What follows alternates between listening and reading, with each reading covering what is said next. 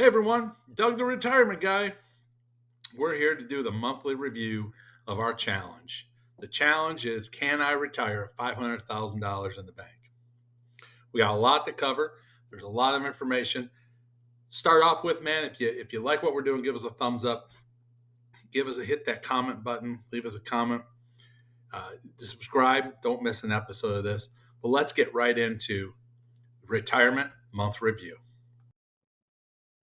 Retirement challenge week number 4. This is our month in review. Retiring $500,000, can it be done? Well, we're a month into it. Let's find out where we're sitting. Our month in review. We've had a lot of things go on this month. We had a large $4,302 bill that needed to be paid. That was our taxes, property taxes that needed to come, that are always paid forward. We are changing our health insurance to help save some money because our current health bill came in and they jacked the rates up. And we had to make a major change there. And of course, we got our great deal on a cruise. So our entertainment fund, which we always had planned for, is looking really good. So let's get into the nitty gritty. Let's get into our buckets that we have. Bucket number 1, the daily pocketbook. Think of this as always as your checking account. This is where the money comes in, the money goes out, pays all your bills across the board. I'm not going to get into full details of every single invoice, but let's say this. We started with $10,000. We paid that tax bill, remember, $4,000. We did the deposit for the travel of $500. We also had monthly costs of living of additional $2,080. Now, someone wants to ask, how do you track all this? We use a debit card and credit card system. And don't get me wrong, credit card is not the evil that I say it is. We pay it off every month. But this is the way we can track every single dollar that's gone out by having a receipt through a credit card electronic transferring system. So we were right on fact that the gas that went into the car, the oil change that we had to do, all these things for every piece of it, the groceries we went and bought, everything was tied into this one at this point. Now we had income of $5,677 this month, which was above our projected goal. So we're going to end with $8,795, even with that unexpected $4,000 hit. So we're sitting here with almost 2 months of expenses still in the bank. Now this number is going to go up. This number is going to go down. The goal of this at the end of the year that we have at least $10,000 left in this account. So everything, we're going to give this one a thumbs up. We're looking darn good, especially with that big tax bill that we had to pay. So let's move into the bucket number 2, which is our emergency fund. Now, our emergency fund, we don't talk a lot about this because it's one of these, the good, the bad. We don't want anyone to know that we have an emergency or that we had an emergency, but we always want to make sure we have money available. So the emergency fund was started with $25,000. Now, as you know, we had no emergencies this month, which is a positive thing.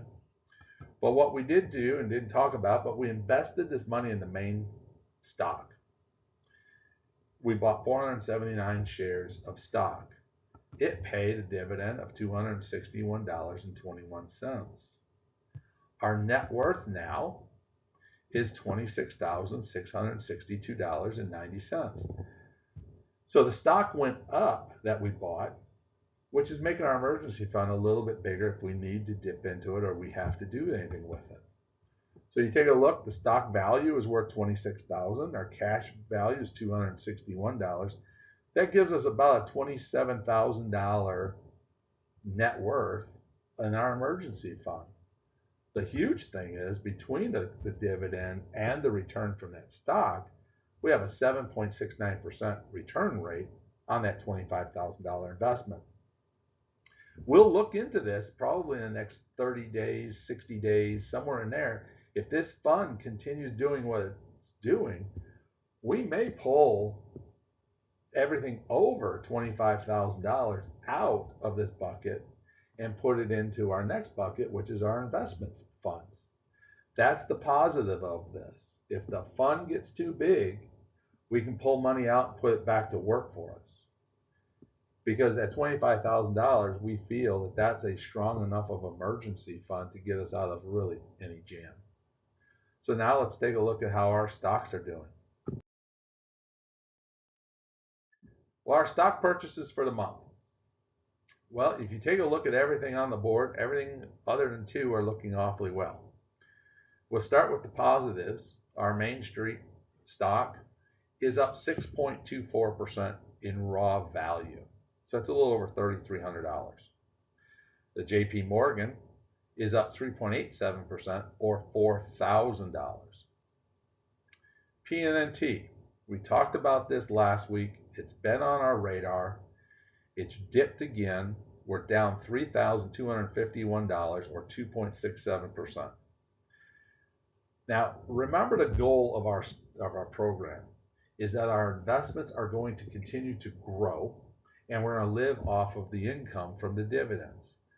PNNT pays a great dividend, but if we're losing value in PNNT, then that does not belong in our portfolio and we need to make a change. So pretty much at this point in time, it's been earmarked that we need to look for another stock that pays equal amount of dividend and has a select growth. So right now I'm going to say for after 1 month, PNNT is on the trading block. It probably will be gone. I hate to lose $3,251 in value, but I'd rather lose $3,000 than lose $5,000, $10,000 by waiting too long. So we're going to keep watching this stock and evaluate and go back with it.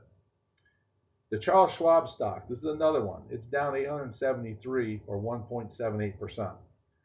Now I've looked into this one for this week and it reported and it was paying a dividend for this week. So I'm assuming that the dates are just hitting that the dividend that they're paying is taking a hit on the stock. So we're going to put this on a warning and say, hey, let's watch this one. QDT, XDT, you both look at these, 2.69%, 1.19%. These are our big cash cow dividends. They pay weekly. They have a nice positive increase. So we're pleased with that.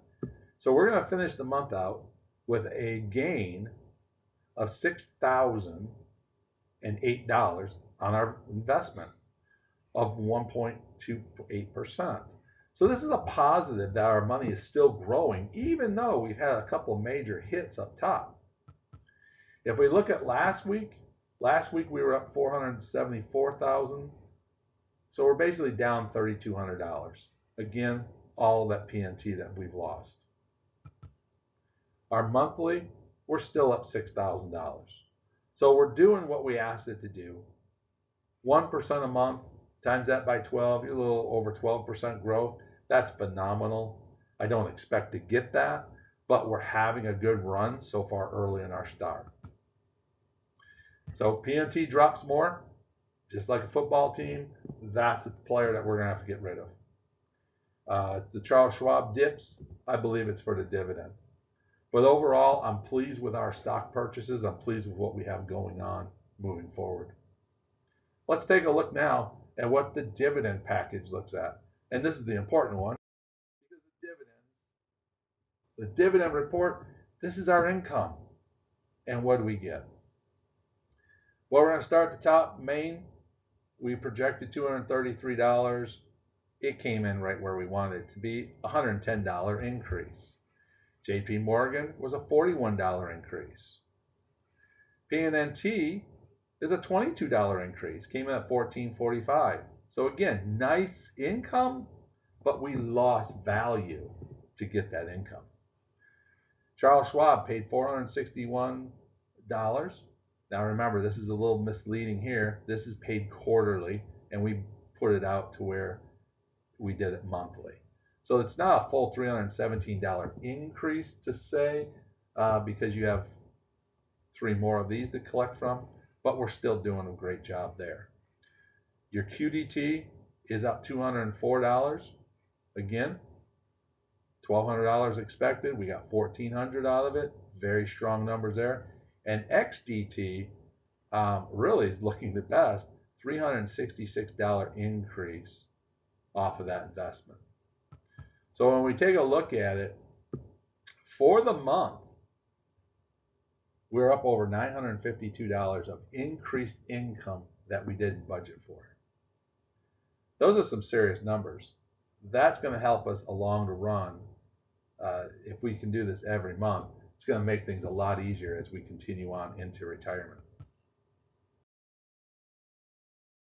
Now our summary report. Well, guys, like I've said, I know I've repeated this over time, but we had a surprise bill and a tax bill we were able to cover because we had money set aside in a non-emergency fund, but in our regular checking book. We booked a great vacation, got a great deal on a cruise, so we're still doing what our plan was, that we're going to be able to travel in retirement, and in retirement with only $500,000. Our growth in investments grew by 1.28%, and big enough, our income has grown by over $1,000 over our projected budget. So guys, we are on track, very strong, to be able to retire with only $500,000. So overall, it was a great month. We are definitely on track. We are actually a little bit ahead of plan. So after the first 30 days, my answer is yes, we're going to be able to retire with $500,000, but we're not going to stop there. We're going to continue on. So thanks for the time. If you like the information, give us a thumbs up. If you're seeing some great information, just give us a comment. Everything helps the channel.